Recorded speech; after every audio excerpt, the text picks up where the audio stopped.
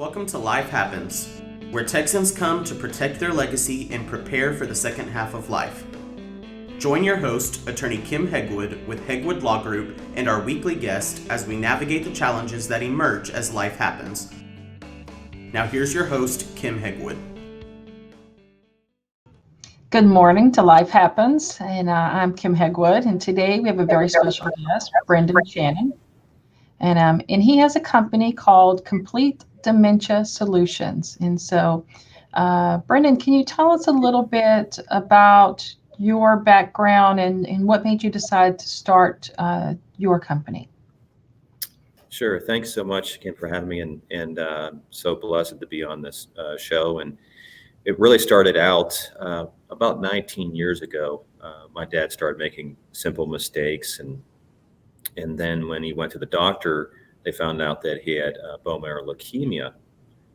And we thought there was a correlation with dementia, and it really wasn't. So he went under chemotherapy, and after all the radiation, he ended up getting what's called chemo brain around 51 years old. And so he was actually diagnosed with dementia at age 51 and then passed away at 70. So within that journey, if you will, of almost 19 years, he kept on working until his early 60s, which is pretty rare with the dementia. But he started making mistakes as a mechanical engineer, and you can't do that. And so they let him go, and he was embarrassed about it. So he went home to try to commit suicide with sleeping medications. And so after that point, it just started going downhill. And then he was diagnosed with frontal lobe Lewy bodies dementia. And so it's almost like 180 degrees. The person totally changes. So my dad was very outgoing, very personable, to a person that was very mean and very direct. But there is a point with Lewy bodies dementia where it goes down and then comes up, and it's a false positive. It's called a false positive, where dad's starting to come back. And that's the time my dad and mom decided to go on a trip to Florida, to Tampa, Florida, to visit her parents.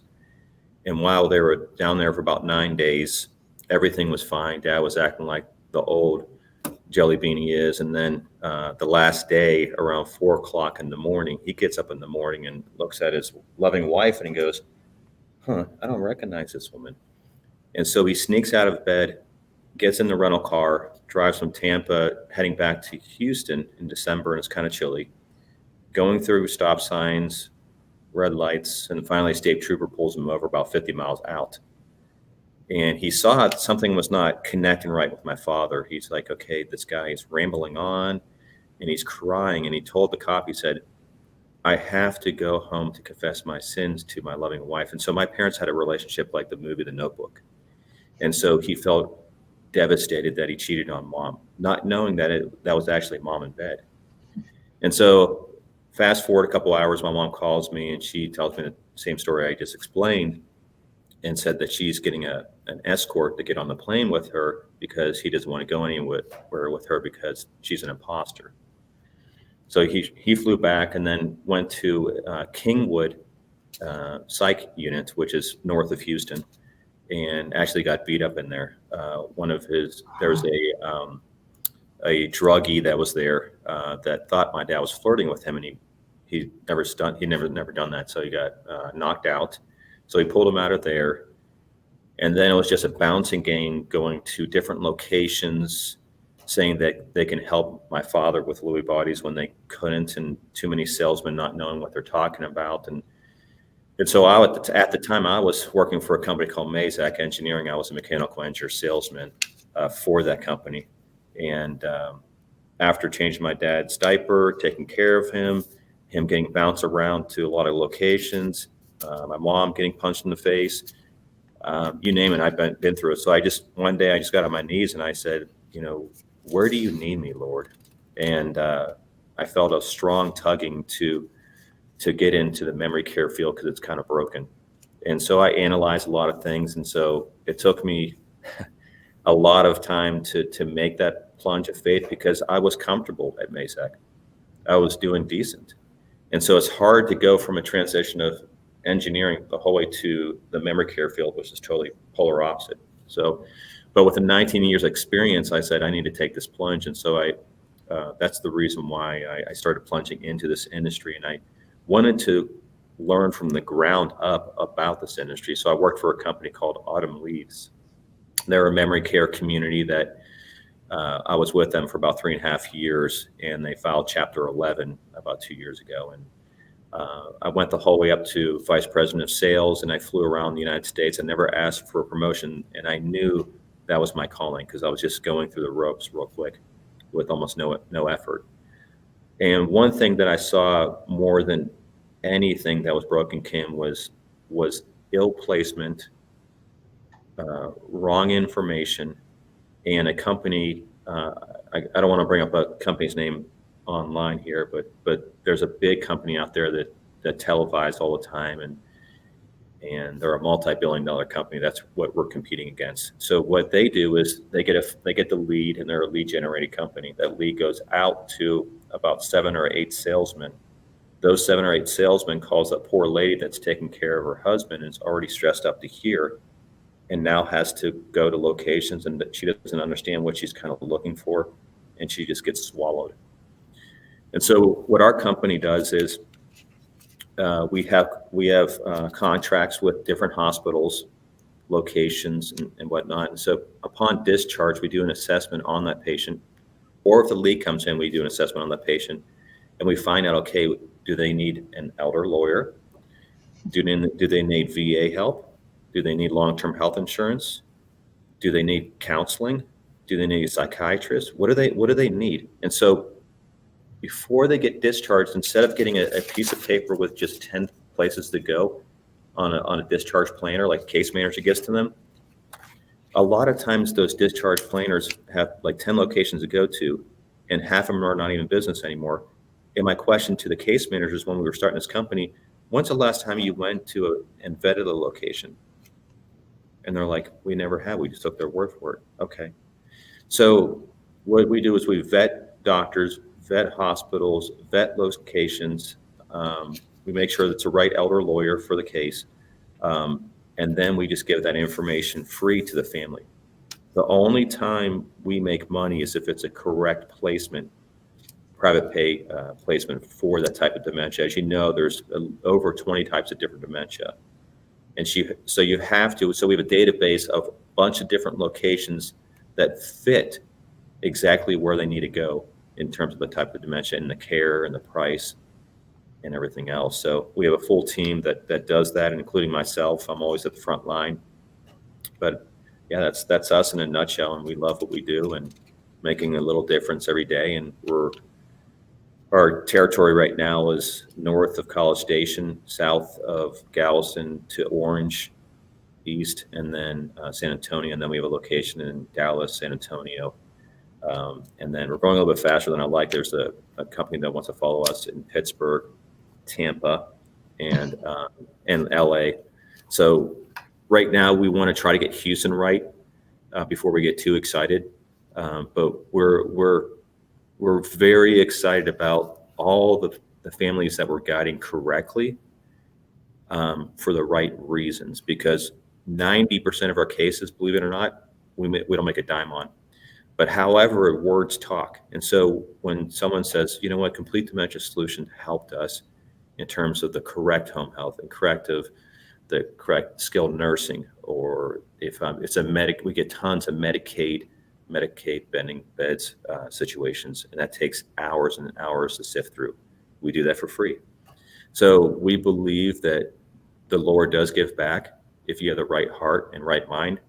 Hence, I would still be with Mazak Engineering if I did it my own way. But I love what I do, and I'm kind of like the mother hen of the family or a flock of this company, and I want to make sure it grows slowly so I can kind of be a tough nut to crack to make everybody in place in terms of everyone we hire. And everyone we hire is typically, they have to have some type of dementia in the family where they experience it from front hand.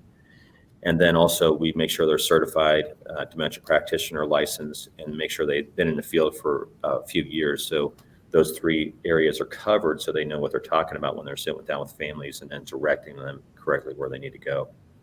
So that's kind of us in us, and we're getting Houston, like I said, and then going that same concept to different cities to help out, because as you know, the baby boomers is just exploding and they need help. And it's, I wish we had a cure for dementia so I can get out of this job, but there's no cure, unfortunately.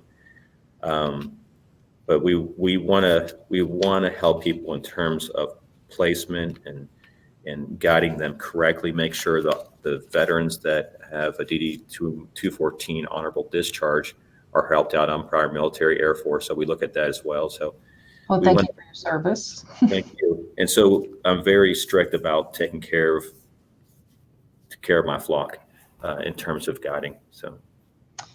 And so I laugh and tell most people that God has directed my life, and the way I, the areas of practice that I do now is all been driven by, where He's wanted me to go. So I appreciate your story immensely.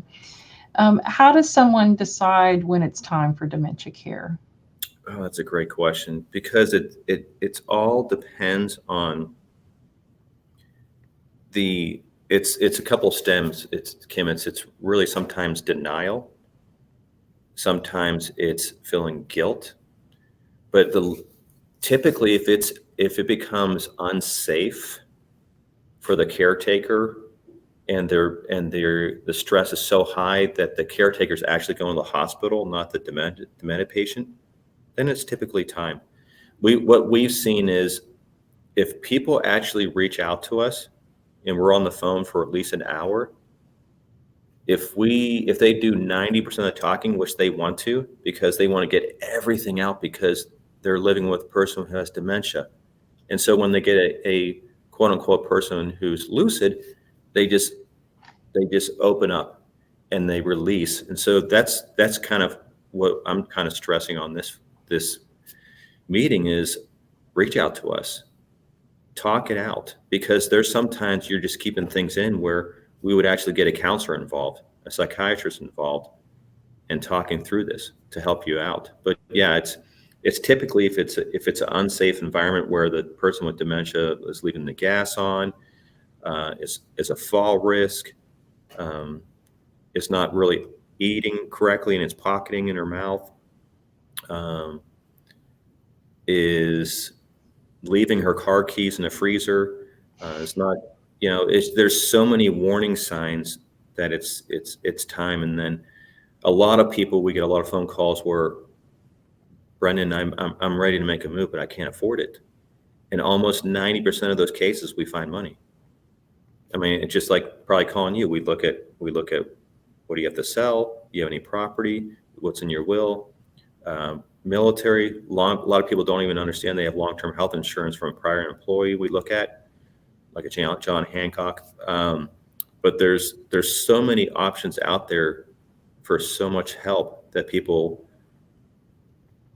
are just so frazzled and spent. And what happens is, I'll go back to that company that does lead generating. They get so confused and stressed that they thought they were reaching out to a company that would help them, but it actually makes it worse. Okay. And then after that's done, they try to look on the internet for guidance and everything. And the internet's a swarm of information. It's an information overload.